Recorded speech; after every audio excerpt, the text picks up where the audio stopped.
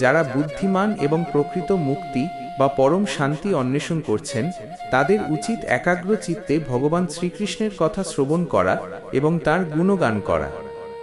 শ্লোকটির মূল বার্তা হল ভক্তিযোগের অনুশীলনের মাধ্যমে মানুষের জীবনের সমস্ত সংশয় দূর করা এবং হৃদয়ের অন্ধকার মোচন করা। শ্রীমদ্ ভাগবতের এই অংশে ঋষিরা সুত গোস্বামীকে প্রশ্ন করেছিলেন এবং সুত গোস্বামী তার উত্তরে ভক্তির মহিমা বর্ণনা করছেন। এই শ্লোকের গভীর তাৎপর্য বিশ্লেষণ করলে দেখা যায় যে জাগতিক কর্ম ও ফলের বন্ধন থেকে মুক্তি পেতে হলে শ্রবণ ও কীর্তনের কোনো বিকল্প নেই। মানুষ এই জড় জগতে মায়াবদ্ধ হয়ে নানা প্রকার কর্মে লিপ্ত থাকে, যার ফলে সে জন্ম মৃত্যুর চক্রে আবদ্ধ হয়। কিন্তু যখন কোনো ব্যক্তি শুদ্ধ চিত্তে ভগবানের লীলা ও কথা শ্রবণ করে, তখন তার হৃদয়ে এক দিব্য জ্ঞানের উদয় হয়। এই জ্ঞান তাকে বোঝাতে সাহায্য করে যে সে এই নশ্বর শরীরের অতিরিক্ত এক নিত্য আত্মা। তাৎপর্য অনুসারে এই শ্লোকটি আমাদের শেখায় যে ভক্তি কেবল একটি আচার নয়, এটি একটি বিজ্ঞান। শ্রবণ এবং কীর্তন হল ভক্তিযোগের আদি এবং প্রধান অঙ্গ। শ্রবণের অর্থ হল প্রামাণিক বৈষ্ণব বা গুরুর কাছ থেকে ভগবানের মহিমা শোনা, আর কীর্তন মানে যা শোনা হয়েছে তা অন্যের কাছে প্রচার করা বা নিজের মনে উচ্চারণ করা। যখন একজন সাধক নিরন্তর ভগবানের নাম, রূপ ও গুণ শ্রবণ করেন, তখন তার হৃদয়ের রজ ও তমঃ গুণ দূরীভূত হয়। এর ফলে মানুষের মধ্যে ধৈর্য, ক্ষমা এবং দয়া বৃদ্ধি পায়।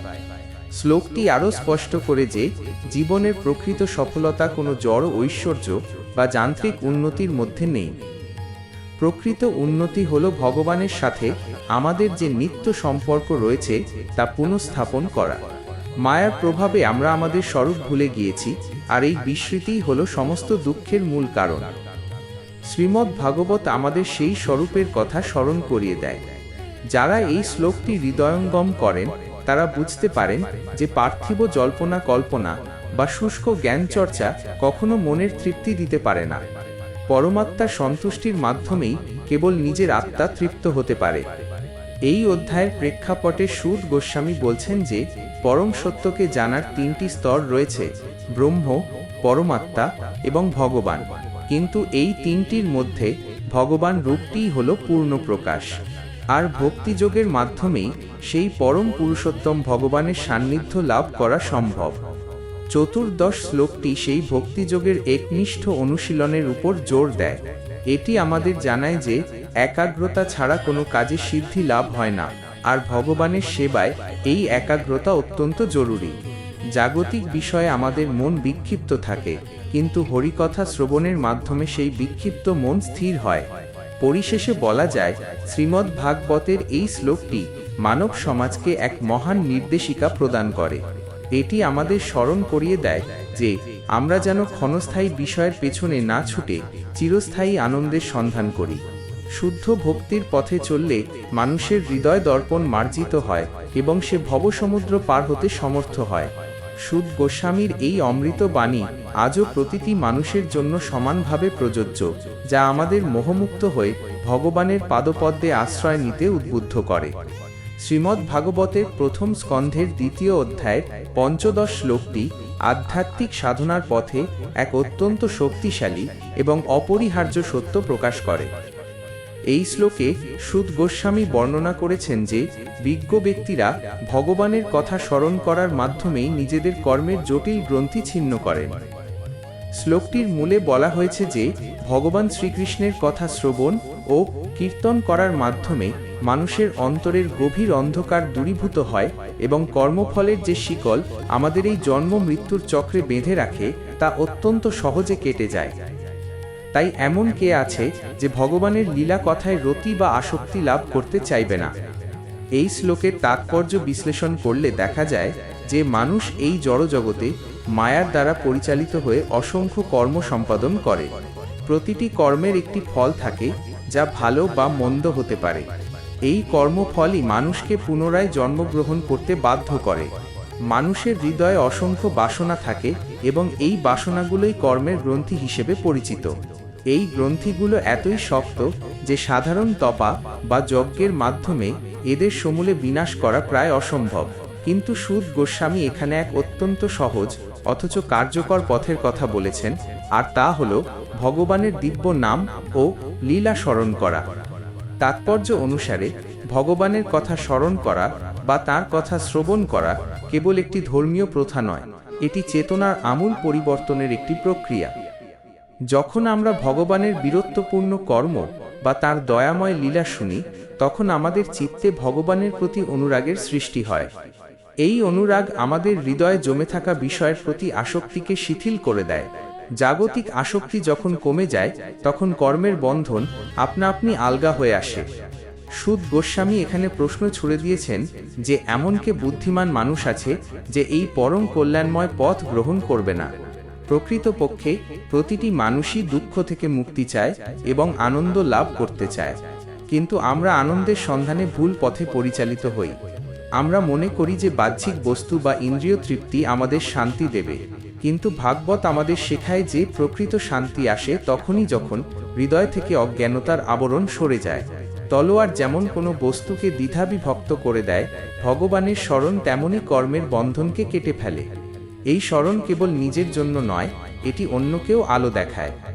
শ্লোকটি আরও ইঙ্গিত করে যে যারা মুমুক্ষু বা মুক্তি প্রত্যাশী, তাদের জন্য ভগবানের স্মরণই হল একমাত্র রক্ষাকবচ। আমরা যখন ভগবানের কথা ভাবি, তখন আমাদের মন ধীরে ধীরে শুদ্ধ হতে থাকে। এই শুদ্ধি কেবল বাহ্যিক নয়, এটি আধ্যাত্মিক স্তরের শুদ্ধি। শ্রীমদ্ ভাগবতের এই পঞ্চদশ শ্লোকটি আমাদের অলসতা ত্যাগ করে ভক্তিযোগের পথে অগ্রসর হতে অনুপ্রাণিত করে। এটি আমাদের স্মরণ করিয়ে দেয় যে জীবন অত্যন্ত ক্ষণস্থায়ী এবং এই স্বল্প সময়ের মধ্যেই আমাদের চিরন্তন লক্ষ্যের দিকে এগিয়ে যেতে হবে।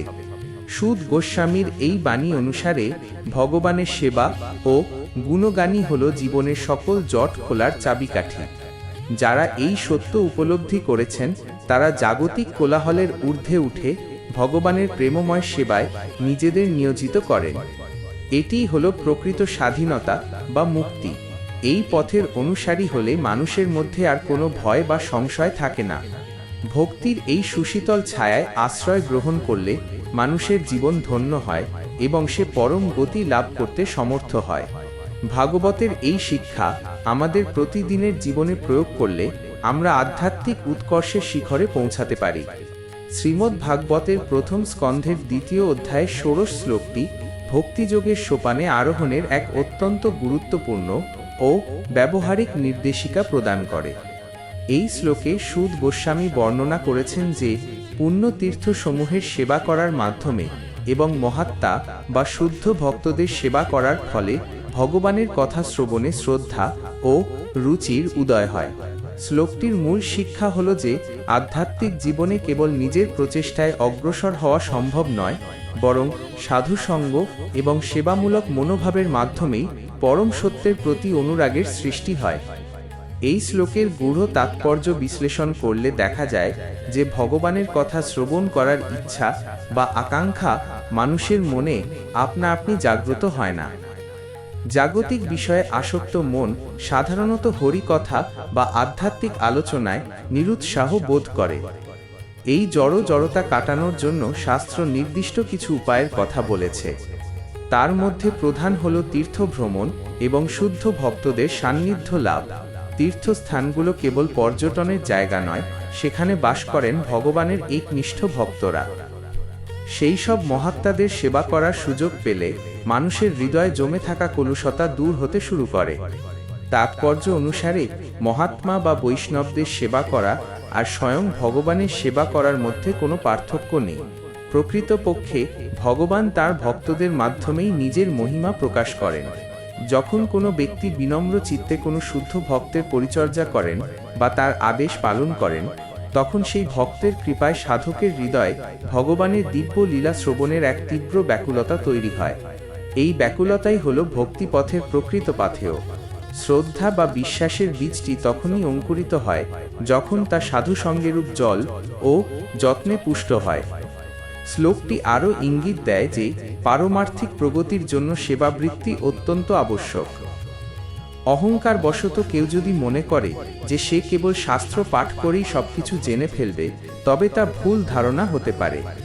শাস্ত্রের নিগূঢ় রহস্য কেবল তাদের কাছেই প্রকাশিত হয় যারা সেবার মাধ্যমে নিজেদের দর্পণ মার্জিত করেছেন।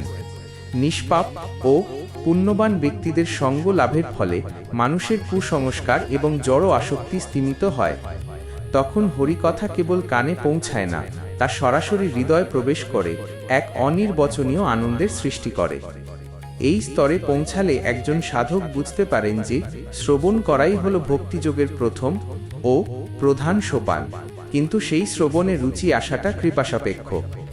এই কৃপা অর্জিত হয় ভক্ত সেবার মাধ্যমে। সুদ গোস্বামী এখানে আমাদের মনে করিয়ে দিচ্ছেন যে আধ্যাত্মিক জ্ঞান লাভ করার জন্য তাত্ত্বিক আলোচনার চেয়ে সেবামূলক আচরণ বেশি ফলদায়ক। যারা নিরলসভাবে মহাত্মাদের সেবা করেন তাদের হৃদয়ে বাসুদেব বা শ্রীকৃষ্ণের প্রতি এক স্বাভাবিক আকর্ষণ জন্মে। এই আকর্ষণই মানুষকে মোক্ষ বা মুক্তির পথে ধাবিত করে। পরিশেষে বলা যায় যে শ্রীমদ্ ভাগবতের এই ষোড়শ শ্লোকটি আমাদের শেখায় যে কিভাবে আমরা আমাদের জড় আসক্তি কাটিয়ে আধ্যাত্মিক আসক্তির দিকে মোড় নিতে পারি। এটি একটি ধারাবাহিক প্রক্রিয়া, প্রথমে সাধুসঙ্গ, তারপর সেবা এবং তার ফলে শ্রবণের রুচি।